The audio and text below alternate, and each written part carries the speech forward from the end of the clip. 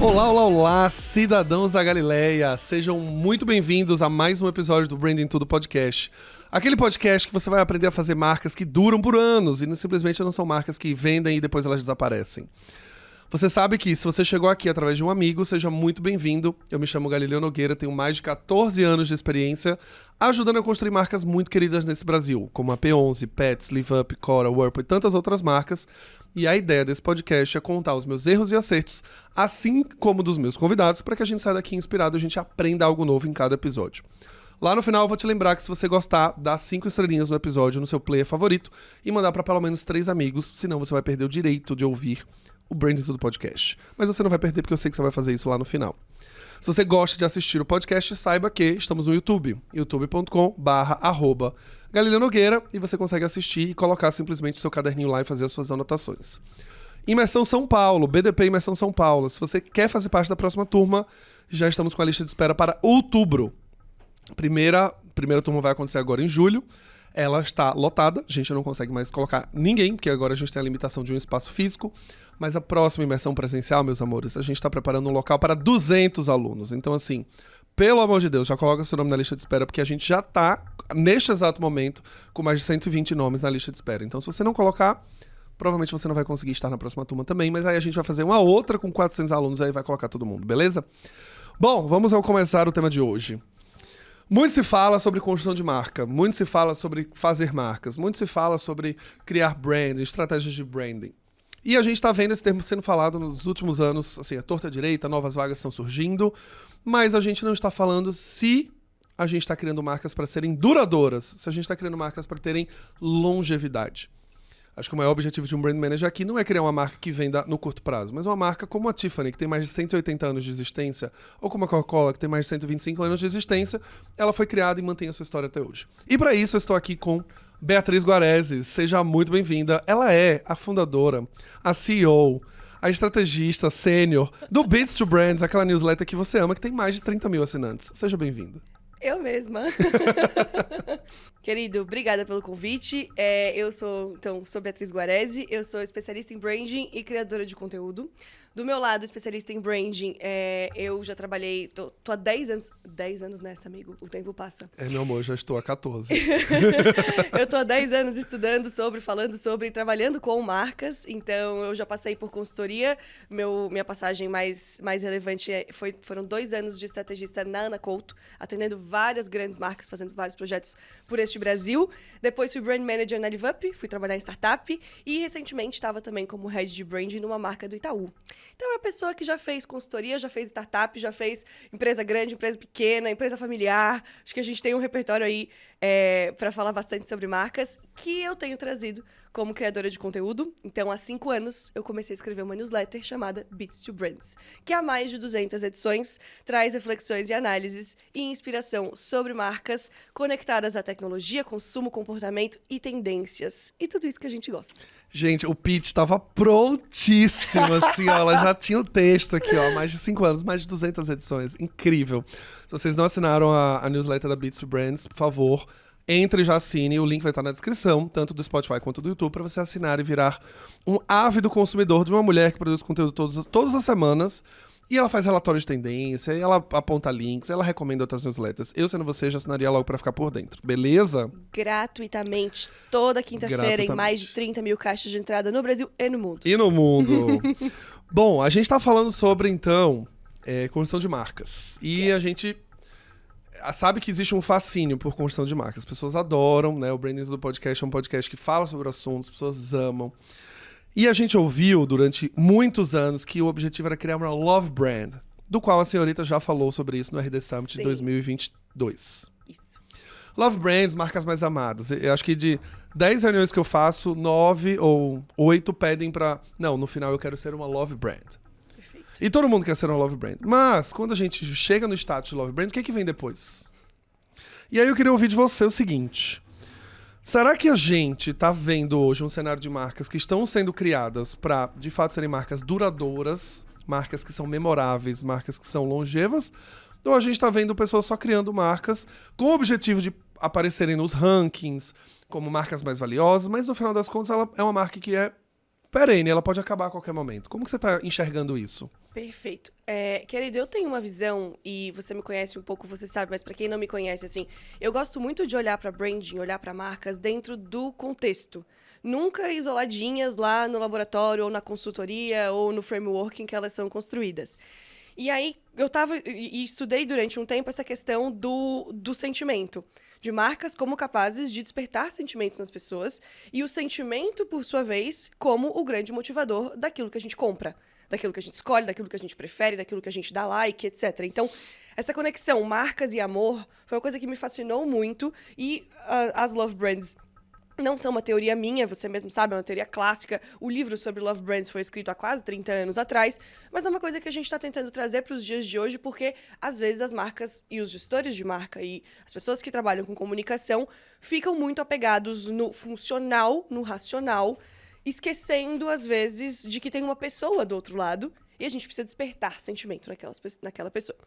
Mas, recentemente, desse mesmo fascínio que me levou pro amor, pro sentimento, né, pra Love Brand, tem me trazido pro conceito de tempo.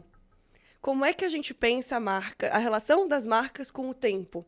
Marcas como também entidades capazes de nos introduzir para um futuro desejado, um futuro não desejado, marcas que nos resgatam muito do nosso passado, e aí a gente tem aí a cultura do conforto, a nostalgia como uma das grandes tendências do momento, e marcas através do tempo. E também o nosso tempo no dia a dia como uma coisa cada vez mais escassa. Você passa cada vez menos tempo em contato com marcas. Se a gente for pensar que, cara, hoje em dia, um anúncio no Instagram, por exemplo, passa por você durante 1 segundo, meio segundo. Como que você constrói marcas neste contexto? Versus olhando para marcas que têm mais de 100 anos de história, 150 anos de história. Então, eu acho que essa relação marcas com o tempo é uma coisa que a gente precisa olhar com mais atenção, dado esse contexto todo, sem esquecer do amor, sem esquecer dos outros atributos. E, de fato, eu acho que a gente não olha o suficiente quando a gente pensa nessa discussão que não é daqui, não é de hoje, do branding versus o longo prazo, branding versus o curto prazo. Que as pessoas geralmente botam a caixinha construção de marca é uma construção de longo prazo. Mas na prática você quer resultado amanhã. Você quer clique, você quer conversão, você quer performance. E aí a gente entra em várias discussões que você também está super acostumado a ter. Então, acho que a gente precisa, sim, olhar para não só o que a gente está fazendo hoje para ganhar esse resultado imediato, o clique, a conversão, mas o que a gente está deixando para as pessoas, o que a gente está construindo através do tempo e o que a gente está construindo que é capaz de capturar um pouco do tempo das pessoas, que está cada vez mais escasso e é cada vez mais valioso. E aí, Bia, o que eu ficava pensando sobre isso é que a gente tem um lado das marcas, né? A gente fala muito com um pequeno empreendedor, pessoas estão criando marcas agora. Existe uma necessidade rápida de se destacar no meio desse mar de concorrentes, o que é um fato, né? No INPI, ano passado, o Brasil recebeu mais de 300 mil pedidos de registro de marca. Então, se a gente pega 10% desses registros e considera que é uma marca nova, porque o INPI você pode registrar uma marca para o futuro, que ainda não existe e tal. A gente está falando de 30 mil marcas. É muita marca. E as pessoas querem construir rápido para poder se destacar logo. E aí a gente tem as redes, que é isso, né? O anúncio tem 1 segundo, 5 segundos, 7 segundos, e é difícil construir marca. Mas eu acredito que aqui a gente tem uma discussão que você trouxe, que é justamente esse amor que é colocado, que na minha cabeça, ele também vem uma questão chamada significado. Super. A gente está criando marcas para venderem mais rápido e etc, ou a gente está criando marcas com significado? Esse é o ponto. E eu tô lendo O Herói Fora da Lei depois de muitos anos, que é um livro clássico, né, pra quem trabalha com branding. Eu, tipo assim, era muito resistente, porque eu não gostava de arquétipos. Acho que eles foram muito banalizados. Mas olhando agora pro livro, eu falo, não, quem lê o livro, de fato, entende o que é um arquétipo e não dá pra banalizar. E ele fala justamente sobre isso. Ele fala o seguinte, que no mundo em que tudo é facilmente copiável, ou seja, se a inovação vem no produto, em meses ela vai ser copiada. Eu fiz um produto que ele não usa água, o próximo concorrente vai também não usar água. Em pouquíssimo tempo. Quando a gente fala de inovação em comunicação, se você trouxe um personagem, um influenciador, facilmente você traz alguém, um influenciador para sua campanha no mês seguinte, a depender do contrato. Mas existe uma coisa que não dá para copiar, que é o significado das marcas na mente das pessoas. Exatamente. Como que você vê? Porque se o significado no final ele não é copiável, E eu fiquei pensando muito sobre isso. Assim, essa é a 15ª página do livro. E eu já tava, meu Deus, fritando. Porque eu pensei, se eu pegar todos os elementos que a Nike tem e eu fizer tudo igual, eu nunca serei a Nike. Mesmo tendo o mesmo tênis, os mesmos personagens, eu nunca serei ela. Porque o que ela construiu lá não vai ser construído aqui como significado. Como elemento visual, beleza, mas como significado, não. Perfeito. Você acha que a gente tá vivendo esse momento que as pessoas... que essa falta de amor no final é a falta de significado? As marcas são meio vazias de significado? Eu acho que tá todo mundo em busca de construção de significado. Eu acho que a gente afirmar que ninguém tá construindo significado é muito forte e até vamos olhar pra essa pessoa que tá ouvindo a gente nesse momento e dizer, tá tudo bem. Tá tudo bem com o trabalho que você tem desenvolvido. Tá tudo bem você buscar um resultado imediato, porque é o que a empresa tá esperando de você. E a gente também não pode se contradizer, né, Gali? Obviamente. A gente passa tanto tempo dizendo que branding gera resultado, sim, que branding tem que estar na mesa de reunião como uma alavanca de crescimento do negócio. Aí vem a Beatriz aqui dizer, não, gente, branding é responsável pelo longo prazo. Pelo significado. Não, a gente vai voltar 3 passos numa conversa que a gente já tá adiantado. Então, vamos só partir de um lugar em que todas essas coisas são verdadeiras. Quando a gente fala de significado, e aí o que eu tenho descoberto também estudando essa relação das marcas com o tempo, eu acho que existe clareza de significado e reforço de significado. E o que eu acho que a gente às vezes cai nas armadilhas é se apegar muito a um ou se apegar muito ao outro, esquecendo que a durabilidade da nossa marca, a longevidade da nossa marca vem do equilíbrio entre os dois. O que eu quero dizer? Com clareza de significado, é exatamente isso. Às vezes vai vir através de um arquétipo, às vezes é o meu posicionamento de marca, às vezes é uma cor, é um elemento. Mas assim, o que eu tenho de elementos ali, à minha disposição, que expressam da melhor forma possível quem é aquela marca? E como que eu tô sempre garantindo a consistência disso em todos os pontos de contato, em tudo que eu faço. Para construir o significado. Exatamente. Para que todo mundo que olhe para aquilo que a sua marca fez tenha, de novo, clareza do que aquilo significa. Isso a gente constrói através de um bom trabalho de estratégia e um bom trabalho de assets visuais e verbais e como que a gente expressa isso. Mas se eu fico só na clareza de significado, eu viro paisagem. Porque, de repente, você já viu, isso aqui é dessa cor, isso aqui é essa palavra, isso aqui é não sei o quê.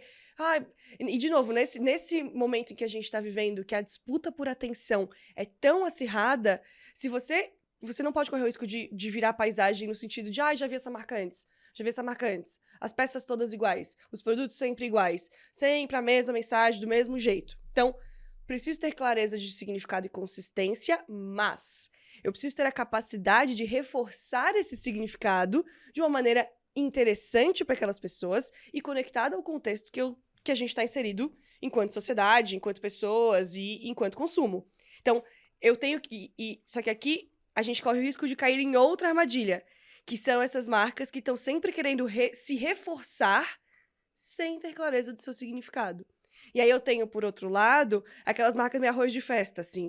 Não pode ver a tendência que quer surfar. Não pode ver um influenciador que tá patrocinando. Não pode ver um canal que tá lá fazendo dancinha. Não pode não sei o quê. Mas nem tudo é pra toda a marca. Então, voltando. Clareza de significado e reforço de significado. E o equilíbrio entre essas duas coisas. Porque daí eu tenho uma marca forte e consistente o suficiente pra estar sempre imprimindo o mesmo arquétipo, o mesmo posicionamento, o mesmo valor na cabeça das pessoas, mas eu tenho qualidade na impressão desse significado. Eu tô no lugar certo, no contexto certo, no timing certo. Eu tô falando com as pessoas de um jeito que elas vão parar pra prestar atenção. E não só embarcando, né, no primeiro trem de tendência que aparece pela frente. Não, e a consistência do tempo também. Porque aqui é onde entra, acho que a grande sacada de construção de marca, quando a gente fala de consistência, quando a gente fala de repetição, que são elementos técnicos que a gente sabe que precisam acontecer, mas o ponto é o quanto essa marca se sustenta em 3, 4 anos comunicando. Exatamente. Porque quando ela surge, né, e eu gosto de olhar algumas marcas assim, quando eu vejo o Skol, por exemplo, é uma marca que tem força de comunicação, tem dinheiro para comunicação, tem um monte de coisa. Só que quando a gente olha para o significado da marca hoje, ele se perde um pouco. A gente não olha mais nem ela como jovem, mas também ela não é cringe, mas ela também não defende uma causa, mas ela também não... Ela também defende, né? No carnaval ela entra ali num pedaço, na época da semana do Pride ali ela também tá. Quando você vai ver as comunicações, ela era divertida, aí depois ela ficou um pouco militante. Então, quando você olha hoje, você fala assim, no balaio todo, o que a Skol é hoje, agora? Ela tá como marca mais valiosa, ela é forte, ela tá sempre em comunicação. Mas quando a gente vai olhar o significado, ela se perdeu ao longo dos anos. Sim. E quando a gente vai olhar para marcas que estão agora em evidência, falando do mercado cervejeiro, a gente olha para a Brahma. A Brahma foi uma marca que ganhou uma visibilidade nesses últimos anos para a construção de significado. É a marca do futebol, é a marca do sertanejo, é a marca que está presente nos festivais, é a marca que tem momentos ali de premium em algum momento, mas ela também tem um momento da galera, mas tem um perfil bem desenhado e comunica isso ao longo de muitos anos. Exatamente. Você falando em cerveja, eu tô nessa pira, né, de marcas através do tempo, e você me conhece. Quando eu entro numa coisa, tudo em volta começa a reforçar essa teoria na minha cabeça. Eu estive ano passado em Amsterdã, numa viagem em família, e a gente foi, obviamente, no Museu da Heineken. E óbvio, toda a experiência, etc., mas aquilo me trouxe muito evidentemente, esse que eu tô tentando te explicar, e explicar para as pessoas que estão nos ouvindo, que é... Cara, eu olhava para aquilo, assim, anúncios antigos, anúncios centenários, assim. Agora vai me fugir quantos anos tem a Heineken, mas a gente vai lá na fábrica, você vê, assim, as coisas têm muita história. E tem elementos que estão ali sempre presentes. Acho que a receita da cerveja, inclusive, é uma das coisas que é centenária. A fórmula, a consistência de produto e de qualidade, mas a consistência também de comunicação. A estrela vermelha, a garrafa verde. Você vê garrafas verdes super antigas. Pensando, cara, existe uma garrafa verde agora no supermercado mais próximo da minha casa, no iFood, no Zé Delivery, no não sei o quê. Tipo, essa longevidade, ao mesmo tempo em que a Heineken é uma marca que hoje em dia fala com gamers.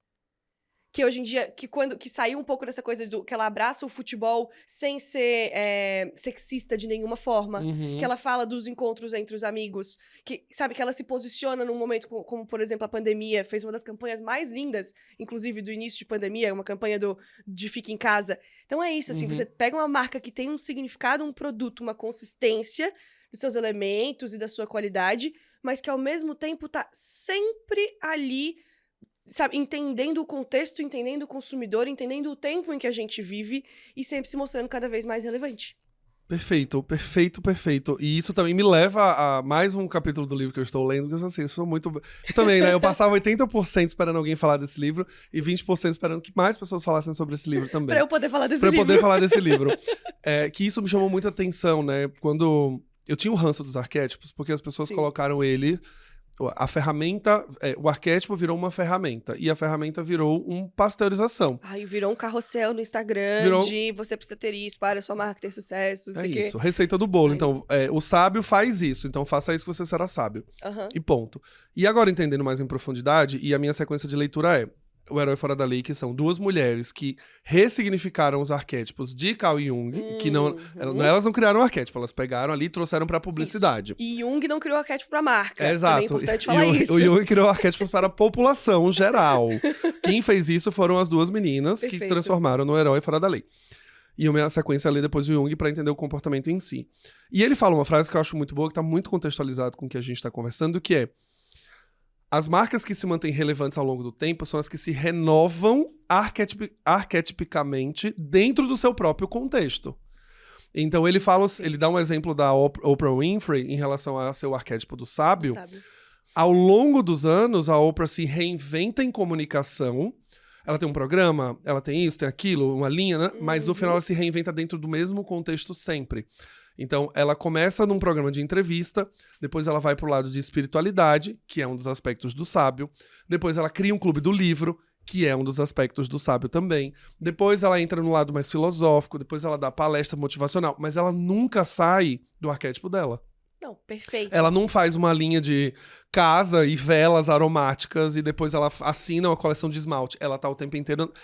Ao longo do tempo, ela se renova dentro do próprio arquétipo dela para continuar trazendo o que você trouxe muito bem, que é justamente a questão do reforço do significado. Exato. Toda vez que ela faz uma atitude, ela reforça um significado anterior e vai adicionando um significado anterior dentro do seu próprio arquétipo sem mudar muito. Exato. E aqui é um momento, assim, que acho que vale a gente parar, porque agora a gente tá falando, falamos de Skol, de Brahma, de Heineken, falamos da Oprah, e pode ser aquele momento que a gente não gosta, então por isso que eu tô até fazendo isso, de, as pessoas falam de branding, só falam de marca grande, marca centenária, marca consolidada, Mas a gente tá falando aqui de coisas que é tão simples quanto nem todo hype é um hype pra você.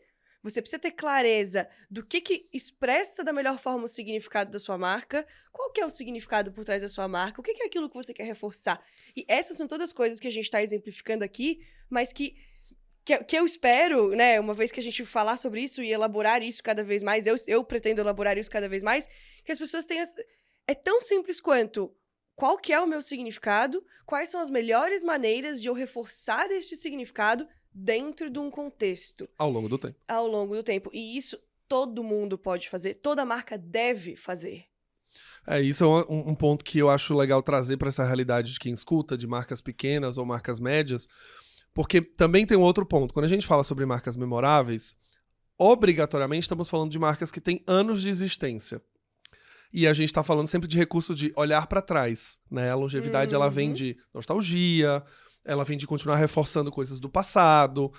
Mas aí, eu me colocando no lugar do cidadão da Galileia que tá ouvindo e fala, e eu que tô criando uma marca hoje? Então, como eu faço pra ser essa marca lá no futuro que vai olhar pra trás? Porque hoje eu não tenho histórico. Minha marca acabou de nascer. Perfeito. Eu não posso usar da nostalgia necessariamente sobre mim mesmo, porque minha marca não tem história. Eu posso usar a nostalgia de um personagem, eu posso remeter uma década dentro do meu produto, mas eu, como marca, não tenho história, diferente da Heineken, que a gente vê a embalagem lá de 1000 anos. Como que a gente faz isso? Eu acho que se eu fosse visualizar, assim, um planejamento olhando pra frente, quase um desenho, assim, né? Você tem Q1, Q2, Q3, Q4, ou seja, a partir do ponto que você tá começando agora. Eu tentaria visualizar 2 camadas. Uma camada quase, como a gente fala, uma camada muito perene, sabe? Uma linha quase reta, de novo. Quais são os elementos-chave que vão transmitir o significado que eu quero que a minha marca transmita? Não precisa de 10, 3. Não te dá trabalho que não. Não te dá trabalho que não precisa. Não, e 3 tá ótimo, 10 é demais. 3. Quais são os grandes elementos de consistência e de expressão do valor da minha marca? Tô aqui com um homem vestido de laranja da cabeça aos pés que não me deixa mentir. No estúdio laranja com a televisão laranja. Exato. Então, assim, eu olharia pra isso, pra uma linha que perpassa todos os seus quarters, né? Aqueles elementos ali. E aí, a cada quarter, eu pensaria quais são ações, canais, iniciativas de reforço deste significado que eu posso fazer de forma interessante para as pessoas. Então, para mim, sempre cai no encontro, assim, da consistência com a novidade, com a inovação, com a capacidade de surpreender. Então, é onde você é extremamente consistente e onde você acha que consegue gerar um elemento surpresa interessante o suficiente para que as pessoas prestem atenção na sua marca. E isso é olhando para o futuro. Porque daí você está fazendo isso durante um ano, no ano seguinte você vai ter todos esses aprendizados. Não, beleza, isso funcionou, isso não funcionou, etc. Você planeja o próximo ano. E assim vai. Mas tendo clareza dos elementos onde você quer construir consistência, com o resto você pode ir brincando um pouco mais livremente. Você não precisa pegar uma cor e ser aquela cor para sempre. Se a sua marca for uma marca vibrante, colorida, maravilhoso. Qual que é o seu elemento de consistência? E vai brincando com as cores. Um exemplo aqui.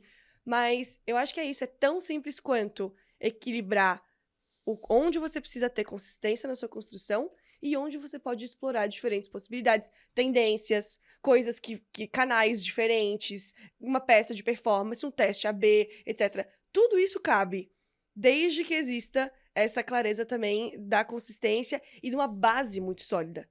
Porque, de novo, para mim o problema é esse. O problema é quando a pessoa faz só um ou só o outro. E a gente tem visto muito desses exemplos. Marcas que ficam ali, consistentes, mas você nem lembra que elas existem. Elas estão lá sendo consistentes, sim. Elas não se renovam. Elas são consistentes, elas seguem a cartilinha do branding, mas elas não se renovam, Elas se tornam irrelevantes. Porque elas, dentro da caixinha delas, estão muito bem construídas, mas elas não conseguem se mostrar relevantes dentro do contexto para uma audiência específica.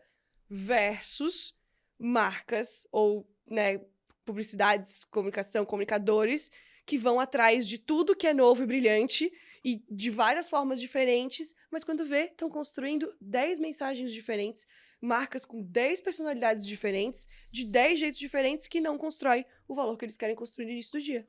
E no final a gente volta a falar de futuro olhando para o passado também. A gente está criando coisas para daqui a 2 anos, para que daqui a 2 anos a gente olhe para trás e tenha histórico.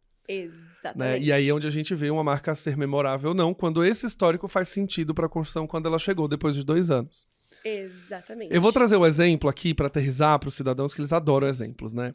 E eu vou falar do meu próprio exemplo, que eu acho que esse é um bom ponto para ilustrar o que a gente está falando sobre longevidade. Uhum. Eu criei uma marca 3 anos atrás para falar sobre construção de branding e criei um produto chamado BDP Imersão, né, que é o Branding de Perto, que é o meu curso lá, que começou online e hoje tem uma versão presencial e ele já tem um desdobramento de marca numa arquitetura agora monolítica. Bom demais. Quando a gente fala de olhar para o futuro, o que eu pensei? Bom, eu preciso ter uma base sólida, que foi o ponto que você trouxe, que eu acho que é onde as marcas pecam, que elas não sabem o que elas querem ser. Então elas começam e elas vão vendo o que vai acontecendo. Quando você para estruturar basicamente o que você quer que sua marca seja, olhando para frente, as suas decisões serão pautadas nisso. Então, uma das coisas de atributos que eu coloquei como, por exemplo, chave para mim era a percepção de qualidade. Então, a percepção de qualidade é algo que é algo que nasceu intrínseco com a marca. Olha, essa marca BDP será o melhor curso de branding que você tem numa qualidade excepcional. Uhum. Show de bola. Então, esse é o meu atributo. Isso aconteceu em 2020, quando eu sentei lá e desenhei o que eu queria. Quando a gente vai para 2021, que eu gravo o conteúdo para ser um curso online gravado, eu não gravo na minha casa. Eu não gravo no cantinho da minha sala com a webcam do meu computador. Eu gravo no estúdio, profissionalmente falando, com uma qualidade 4K, com áudio de cinema, com a edição bem feita, com motion. Beleza. Percepção de qualidade foi impressa na maneira como eu executei. Exato. Show de bola. Os meus alunos que ganham os melhores alunos recebem um kit. Os 3 melhores alunos recebem um kit. Esse kit tem ecobag, caderno, caneta, tem uma caixa. Só que não é um ecobag de R$1. É um ecobag de R$15. Não é uma caixa de papelão qualquer, é uma caixa com laminação fosca, que tem um acabamento específico. O caderno é de capa dura, com aero, que não sei o quê. Tarará. Então, nada é básico. Nada é, tipo, o mais baratinho da lista. Porque eu estou continuando a construir o meu atributo de percepção de qualidade. Aí a gente agora vai para a versão presencial. Quando eu continuo olhando para esse mesmo atributo, sendo consistentemente reforçando esse significado, que tudo que a marca BDP faz será de qualidade, a gente tem uma discussão mínima, que parece básica ou boba para quem está ouvindo, mas não é, que é, eu vou apresentar as aulas num projetor ou eu vou apresentar as aulas num painel de LED? Qual deles tem uma impressão de qualidade maior? O projetor ele pode ser o melhor projetor, mas ele é um projetor. A iluminação é um pouco mais fraca, ele é um pouco menor, a qualidade da imagem é muito menor. Um painel de LED oferece o oposto. Luz, brilho, nitidez, impressiona pelo tamanho e tudo mais. Então, teremos o BDP Imersão com um painel de LED de 8 metros por 2 metros. Eu tô muito pronta para esse evento. Isso. Inclusive, Beatriz Guarez estará lá. Estará Estarei lá como aluna. Ela não vai estar como professora convidada, ela vai estar como aluna. Não, eu e meu caderninho, gente. A gente já tá pronto pra esse evento. E eu tô dando esse exemplo pra quem tá ouvindo, porque Sim. é uma marca que não existia 3 anos atrás, é uma marca que está sendo construída, mas ao longo dos últimos 2 anos ou 3 anos, o atributo ele foi sempre sendo renovado dentro do que eu escolhi. Então, é na forma de gravar, é na forma de exibir as aulas, é na maneira como eu entrego o kit, é no acabamento dos materiais. Então, se você está querendo construir uma marca e que você quer criar, olhando para essa visão de futuro, quando você tem essa base sólida, você sempre olha para trás e fala, eu não posso dar aula num projetor. Eu não posso mandar uma garrafinha de plástico. Eu não posso dar uma caneta Bic.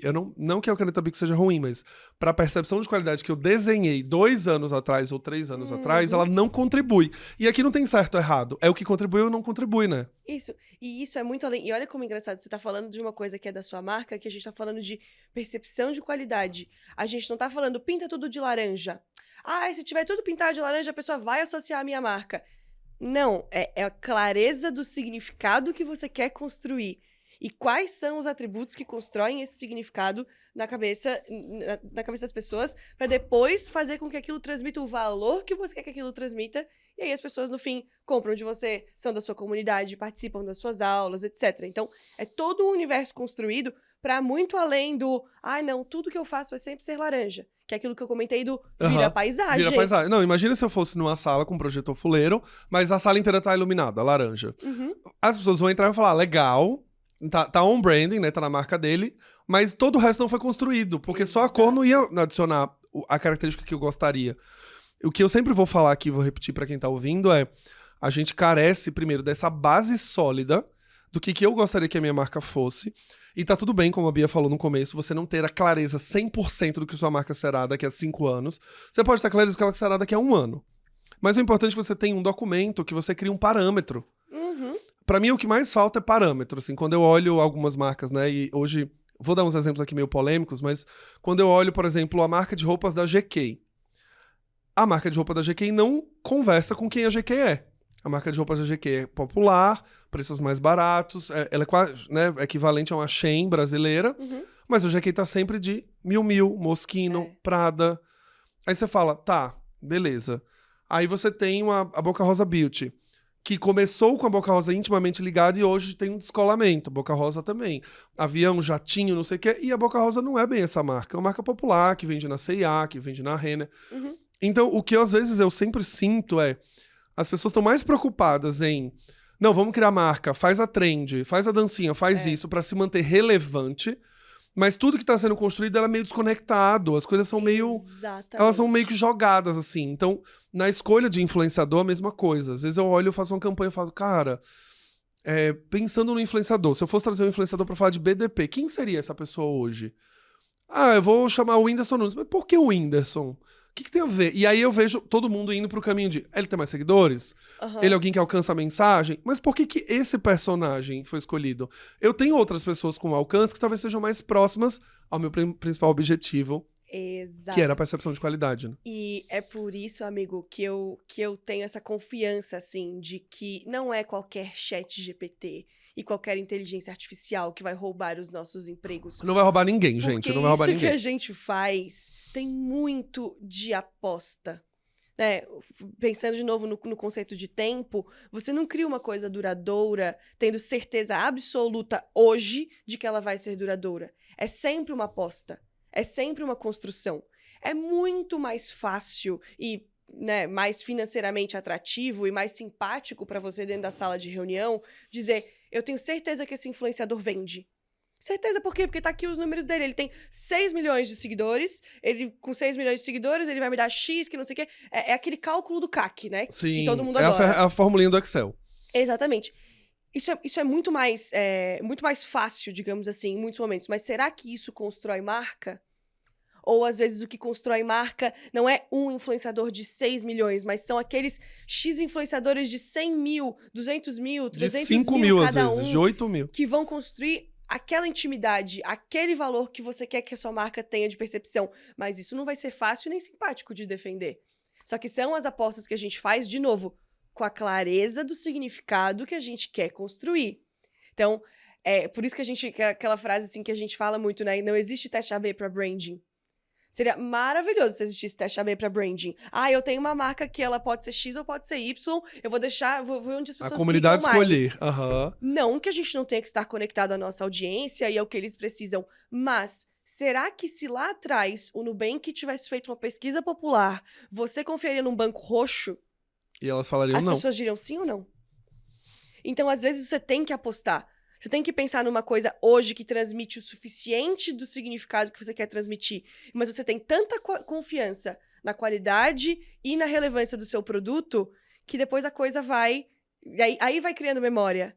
Aí vai criando... Significado. Exatamente. A gente tem que sempre lembrar que a palavra construção, ela é aplicada. A gente constrói um significado. E as nossas escolhas constroem um significado. O painel de LED versus o projetor é uma construção de significado. Total. Se eu escolho um projetor, é um significado para quem veio assistir o evento. Se eu escolho um LED, tem um outro significado. Mas eles são intencionais. A gente pode escolher o que constrói ou não.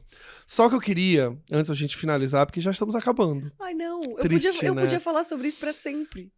Antes da gente finalizar, eu quero mandar um abraço carinhoso e apertado para os brand managers que estão nos ouvindo, estão sofrendo, porque eles estão ouvindo tudo isso que a gente tá falando, é verdade, é isso, só que o meu chefe não entende.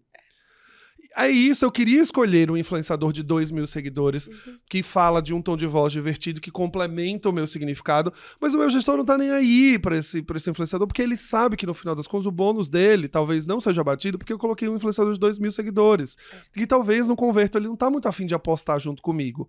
Eu tô afim de apostar porque talvez eu queira, mas o meu chefe não. Então eu quero dar um abraço apertado a vocês, cidadãos que estão ouvindo. E eu acho que aqui tem um conselho, né? Conselho, se fosse bom, não, né? Não era dado de graça, mas o papel desse podcast é esse. Um conselho é que você equilibre suas expectativas e emoções, porque em alguns momentos você vai ter que fazer essa falácia de bota o Whindersson aí então, mas tenta pelo menos colocar no meio do caminho os influenciadores que você gostaria, faz essa negociação pra, na beirada, você ir construindo o que você gostaria de construir como brand manager. Não vai ser fácil. Perfeito. Ninguém nunca disse que ia ser fácil, né? Eu não sei de onde as pessoas tiraram que construir marca é fácil. Ainda mais dentro do corporativo, né? Estamos falando de construir marca. As nossas marcas é show, porque a gente comanda, a gente faz. Mas dentro do corporativo não é fácil. Então, também a gente precisa entender que não adianta a gente chegar e bater numa reunião, um slidezão, tipo, construção de marca é significado. E o meu chefe falar, tá, gatinho, a meta no final do mês não bateu. E aí? Então, sejam safos em alguns momentos a gente vai ter que apelar para esses resultados previamente conhecidos. Calculinho mesmo. O Whindersson tem 6 milhões de seguidores, se 10% clicar, e vai dar uma conta assim, mais ou menos, a gente fatura uns 50 mil em e-commerce. Show. Pega essa conversinha de dinheirinho e fala, mas eu queria testar esse influenciador. E eu sempre acho teste a melhor palavra, porque é corporativamente aceita. Eu queria testar a Bia na newsletter dela. Será que rola das pessoas clicarem nos anúncios? Ela não tem a maior newsletter de 2 milhões de assinantes, mas será que o pessoal que clica na dela é melhor? E ela é bem mais barata que a do Whindersson. Então, vamos colocar aqui só para um teste? E aí, aos pouquinhos, você testa e fala, olha, em relação ao que a gente viu aqui, a Bia ela teve o melhor custo-benefício. Ela tem uma comunidade menor, mas ela tem mais engajada. E aí você vai construindo lá dentro. Você tem mais algum conselho para o brand manager que está sofrendo nesse momento? Tem uma coisa que eu falo, e se alguém já trabalhou comigo e está ouvindo esse podcast nesse momento, sabe que eu falo, porque desde que eu fui para o mundo, construir marcas no mundo corporativo, eu sempre falo isso, assim, quando era brand manager em startup, quando era head de branding, tinha uma equipe, eu olhava e falava para as pessoas, escolha as suas batalhas. Claríssimo. Porque é isso, a gente não vai ganhar todas, sempre.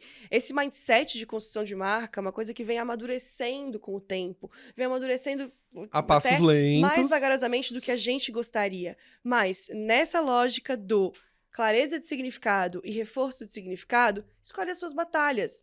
Por exemplo, eu quero muito ter clareza aqui, eu quero ter muita consistência no meu tom de voz. Então você vai sim olhar para o povo de performance e dizer, gente, esse tom de voz não dá. Por quê? Porque é vendedor demais, porque varejo demais. Varejo demais. A gente quer ser uma marca bem-humorada, então eu vou ter anúncios de performance bem-humorados. Você vai olhar para a pessoa do copy e dizer, se vira e me manda para aprovar depois. E a gente vai fazer isso junto e vai dar tudo certo. Então, de um ponto de vista de clareza de significado, quais são as batalhas que você consegue escolher no dia a dia? Ao mesmo tempo, desse ponto de vista de reforço de significado, excelente. Será que você não vai olhar para sua agência e vai dizer, não, gente, essa dancinha na minha marca não vai fazer. Não, gente, esse canal aqui a gente não vai fazer nesse momento. Mas é o que tá, não sei o quê. Se virem. Tragam outras possibilidades para a mesa. Vamos dar um tiro nesse quarter, mas vamos dar um tiro muito bem dado. E é isso que eu quero fazer enquanto gerente de marca, enquanto pessoa responsável por essa marca. Eu não quero fazer 10 mini coisas, só porque é o que o canal de mídia tá dizendo que é o que converte. Então, assim, entre dar clareza pro que você quer pra sua marca e reforçar a sua marca, eu acho que tem várias coisas que a gente faz e poderia deixar de fazer, e coisas que a gente não está fazendo e poderia ir ali comprar uma ou outra briga. Não, e difícil a gente falar em briga, né? Porque estamos todos do mesmo lado, estamos todos construindo tudo pra construir marcas, uma marca só, pra vender mais no final. Trazer essas pessoas pra junto, vamos se desafiar. Bia, mas putz, esse copy aqui é o que mais converteu no mês passado. Ótimo, mantém, mas vamos testar um outro diferente. Coloca R$5 esse anúncio aqui, só pra gente ver. Vamos fazer o seguinte, vamos manter o seu call to action, vamos manter a sua oferta, mas deixa eu mexer um pouquinho no copy, vamos ver o que acontece. Então, é isso, assim, mas isso você, de novo, só consegue se você entende aquilo que você tá disposto de verdade a reforçar, e aí não são 15 coisas. Reforça 3 coisas, tá ótimo, tá de bom tamanho. E quais são as ondas, os momentos, as tendências que você realmente quer surfar porque são relevantes o suficiente para sua marca e para o seu consumidor. E temos o último conselho do meu lado, que se você quer ignorar tudo isso que a gente falou, você tem um outro caminho que é cria sua própria marca, gatinho, que aí você vai se realizar horrores, assim. Aí você é o embaixador do cria sua própria gente, marca, mas né? porque assim, no final, quando eu resolvi fazer todo esse movimento de carreira, ele sempre foi motivado pela mesma coisa, que é: eu quero desenhar uma marca do jeito que eu gostaria que ela fosse, aliado à teoria que eu estudo. Era só o meu sonho. Eu tinha um livro, uma vontade e um sonho. Uma blusa laranja. Uma blusa laranja, uma vontade e um cartão de crédito. Era só isso que eu queria. Eu queria poder chegar e ter essa discussão. Não, eu vou colocar um painel de LED porque é isto que constrói para a percepção de qualidade que eu gostaria para minha marca. Perfeito. Se os meus chefes me ouvissem e levassem a sério, digamos assim, essa discussão, meu mundo seria outro. Eu poderia estar no corporativo até hoje.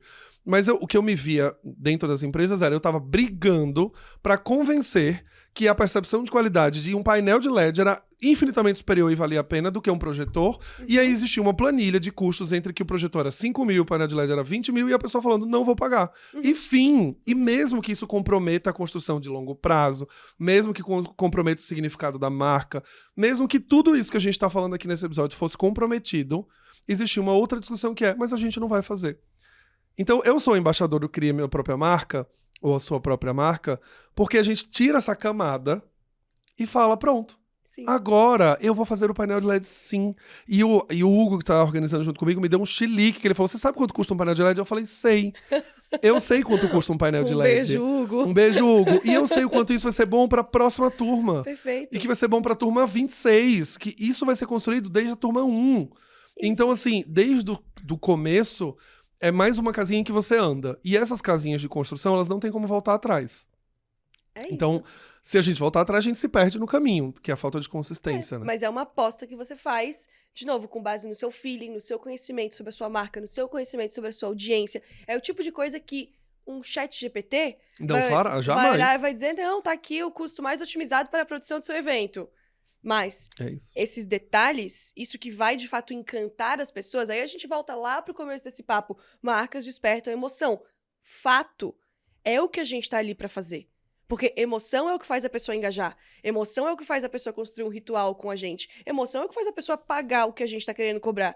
Mas esse é o feeling que só uma pessoa atenta a outras pessoas e atenta ao significado que ela quer construir é capaz de realizar. Mas, Bia, é simples. É assim... A gente dá essa volta toda de... Amada! Tipo, tem horas que eu paro e, assim, por isso que eu ficava revoltado em algumas situações do corporativo, que eu falava assim: mas quem não quer chegar numa sala de aula e ver um painel lindo e estudar? Eu quero. Tipo, quem não quer receber um caderno de capa dura? Quantas vezes a gente foi em evento que recebeu uns cadernos mequetrefe? Total. Que, assim, passou ficou um pouquinho mais úmido o tempo, o caderno já se desfarela. Todo mundo... A gente meio que sabe essas respostas. E é isso que me deixa indignado, porque o tempo inteiro tinha umas discussões com os meus líderes, né? Porque eu falo assim: a gente sabe que é uma coisa que o consumidor não gostaria de ver.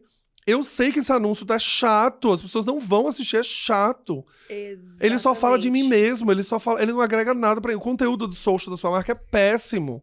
Ele fica falando de produto, fica falando de preço, as pessoas não querem ver isso no Instagram.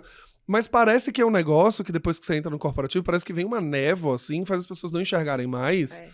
E aí, quando você fala isso, você fica assim: ai, não, mas aí eu li o livro de boas práticas e que fala que... Sabe? E aí fica uma discussão que eu falo assim: cara... A After Hype é mestre em fazer isso. E é uma das coisas que eu gosto muito do Matoso, que é o fundador da After Hype. Um beijo, Matoso. O Matoso, ele sempre falava isso pra mim, quando eu dei consultoria financeira / de negócio lá em 2017. E uma vez a gente tava falando sobre a Desagenda, que é o produto best-seller, e a gente fez o levantamento de custo, e assim, era tipo, sei lá, R$100 o custo, ele vendia por 110. E eu falava assim: Matoso, pelo amor de Deus, esse produto não é rentável. Ele falou: mas é a agenda que as pessoas gostariam de ter em casa. Ponto. É a agenda que elas amam, dos adesivos que elas têm metalizados, e o sal grosso que veio, e não sei o que. Elas amam ter assim. Eu falei: então a gente precisa melhorar os custos para poder ser, no ponto de vista de negócio, ele ser rentável. Perfeito. Mas a sua mentalidade está certíssima. Você faz uma agenda que você gostaria de receber na sua casa. Amigo, sim. E é por isso que as pessoas são enlouquecidas pelos produtos. Porque no final, eu tive uma discussão, foi muito... Eu já contei isso, acho que em algum episódio. Na Desagenda pós-pandemia, a capa era planos para que o mundo não acabe. E ela vinha um sal grosso. Quando você comprava, vinha um pacotinho de sal grosso. E era um pacotinho mínimo, assim, cabia, sei lá, umas 8 pedrinhas. E eles fizeram manualmente a embalagem dos pacotes de sal grosso. Eles venderam 3.000 agendas. Então pensa o fundador da empresa amigo. sentado numa mesa, colocando as pedrinhas de sal grosso e colocando em cada kit. Mas o Matoso não abriu mão. Porque ele falou, isso é que faz a pessoa rir. E é isso que faz a pessoa se emocionar, de falar, porra, o cara pensou até no sal grosso da simpatia, que vai trazer boas energias pro ano da pandemia. E ele falou, não vou fazer sem o sal grosso. Ano que vem eu posso industrializar e já chegar pronto. Mas ter o sal grosso é essencial. Ter a meia da Dane é essencial. Ter o sticker da Dane é essencial. Mesmo que seja mais caro. Mesmo que seja... Então, é simples. Porque de novo, a clareza do que é importante pra minha marca. Sim. E aí, dando um outro exemplo, um último aqui, pra mostrar também que não é só Heineken, né? Eu tenho uma newsletter em que eu construí ali uma comunidade que gosta de ler, que gosta de escrever, que gosta... É um tipo muito específico de pessoa, o tipo de pessoa que assina newsletter. E eu tenho o prazer e a honra de reunir várias delas. Aí, nesse final de ano, eu tenho uma coisa de gratidão imensa pela minha comunidade, eles sabem disso. Eu queria presentear as pessoas. E aí eu inventei que eu queria dar um livro de presente. Óbvio que eu não ia conseguir dar 30 mil livros. Calma, Galileu. Só quando você escreveu o seu próprio livro. Ai, esse momento vai chegar. Mas pro Galileu ficar calmo, não eram 30 mil livros, mas eu fiz lá uma ação, uma pesquisa, um formulário que eu ia sortear 30 pessoas. Mas não é só... E é isso que a gente fala, assim, né? Do que de fato emociona as pessoas, o que constrói. Eu poderia ter feito 30 kits numa papelaria, numa print da vida, faço lá o caderninho, a caneta, a caixinha e tal, e mando 30 kits, feliz ano novo. Eu fiz um formulário, as 30 pessoas que foram sorteadas, eu fiz um formulário, eu falei, me dá o seu endereço, óbvio, me conta um pouco sobre você, o que você quer pra esse ano? Que era final de ano, né? O que você quer pro ano seguinte? A pessoa só me contou qualquer coisa que ela queria desenvolver, o que ela tava passando. Galera, assim, as pessoas abriram o coração comigo. Foi muito especial. Para cada uma daquelas pessoas, eu escolhi um livro específico. E em cada um daqueles livros, eu escrevi uma dedicatória para aquela pessoa. Foram madrugadas, porque eu estava trabalhando no corporativo ainda, neste momento da minha vida, e organizando um casamento, e organizando a festa de aniversário, uma despedida de solteira, tudo na mesma semana. Aquela semana foi um caos. Eu tava nesses momentos caóticos. Aquela semana foi um caos. E as pessoas não entendiam, Bia, por que você tá escrevendo 1 a 1? Mas é porque é isso. Eu quero chegar até as pessoas dessa forma. Você poderia ter dado um voucher da Amazon no valor de R$50, ela compra ela mesma e manda entregar na casa dela. Exato. O efeito seria o mesmo, do ponto de vista de ter um livro. Mas a minha marca tem uma proximidade que é essencial pra mim. E você sabe muito bem disso, assim. Eu quero sim dar acesso às pessoas a mim, eu quero dar conselho. Às vezes eu dou até demais, sim, tipo, né? Falo até mais do que deveria, mas a proximidade é um elemento muito importante pra minha marca. Eu preciso que as pessoas sintam essa proximidade. Então eu vou sim escrever à mão uma dedicatória personalizada pra ela num livro que eu escolhi pra ela. Porque isso é o que constrói no fim do dia. Preço por preço, custou a mesma coisa.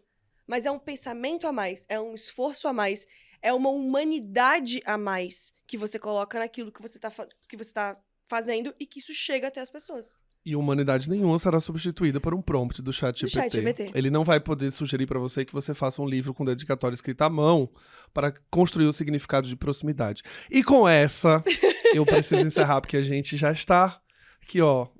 Sei lá se vai ter uma parte 2, 3. A gente vai ter que fazer. A gente podia ficar para sempre nessa conversa. Podíamos ficar para sempre, né? É uma conversa do conforto aqui também. Bia, muito obrigado pela sua presença aqui no Branding Tudo Podcast. Há anos estamos tentando organizar esse encontro de pessoas que amam falar sobre marca. E eu quero dizer para você que eu tô muito honrado pela sua generosidade em compartilhar bastante do seu pensamento, da sua forma de fazer. Acho que os ouvintes e os cidadãos com certeza tiveram um episódio de ouro. Que bom. E que eles vão poder anotar e sair daqui com muitos aprendizados. Essa aula poderia ser facilmente cobrada, ela poderia ser facilmente, mas ela foi simplesmente uma generosidade de compartilhar isso aqui gratuitamente. Então, muito obrigado. Imagina, obrigada a você. É o mínimo que eu faço para retribuir tudo que você já me ajudou, tudo que você já me aconselhou. O Galileu é realmente a pessoa do tenha sua própria marca, cobre mais por isso aqui, faça mais desse jeito. E ele é essa pessoa pra mim, né? Você é essa pessoa pra todos os seus milhares de cidadãos, mas você é pros seus amigos também, então é o mínimo que eu faço. Eu peço até um pouco de desculpas, assim, porque essas ideias estão todas muito frescas ainda na minha cabeça. São coisas que eu vou desenvolver nos próximos meses. Isso vai virar uma palestra, isso vai virar uma aula, isso vai virar um curso, né? Como que a gente constrói marcas através do tempo. Então, aguardem. Veio aí o momento do jabá que eu nem chamei e ela já fez. Como te encontramos em rede social? Eu sou @Beatriz Guarese em todas as redes sociais, mas me encontre mesmo toda quinta-feira na sua caixa de entrada, assinando a newsletter Beats to Brands. É só você colocar Beats to Brands no Google ou Beatriz Guarese no Google que você vai encontrar e a gente se vê na caixa de entrada.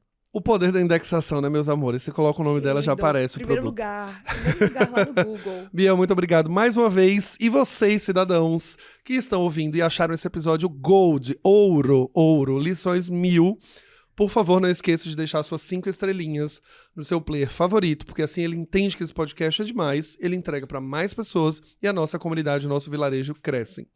Não esqueçam também de mandar para pelo menos 3 amigos que gostariam de aprender como construir marcas que durem através do tempo. Se você mandar para 3 pessoas, você renova seu visto de cidadão da Galileia. Se você não mandar, você será bloqueado e não acessará mais nenhum conteúdo, tá bom? Um abraço e vejo vocês no próximo Branding Todo Podcast.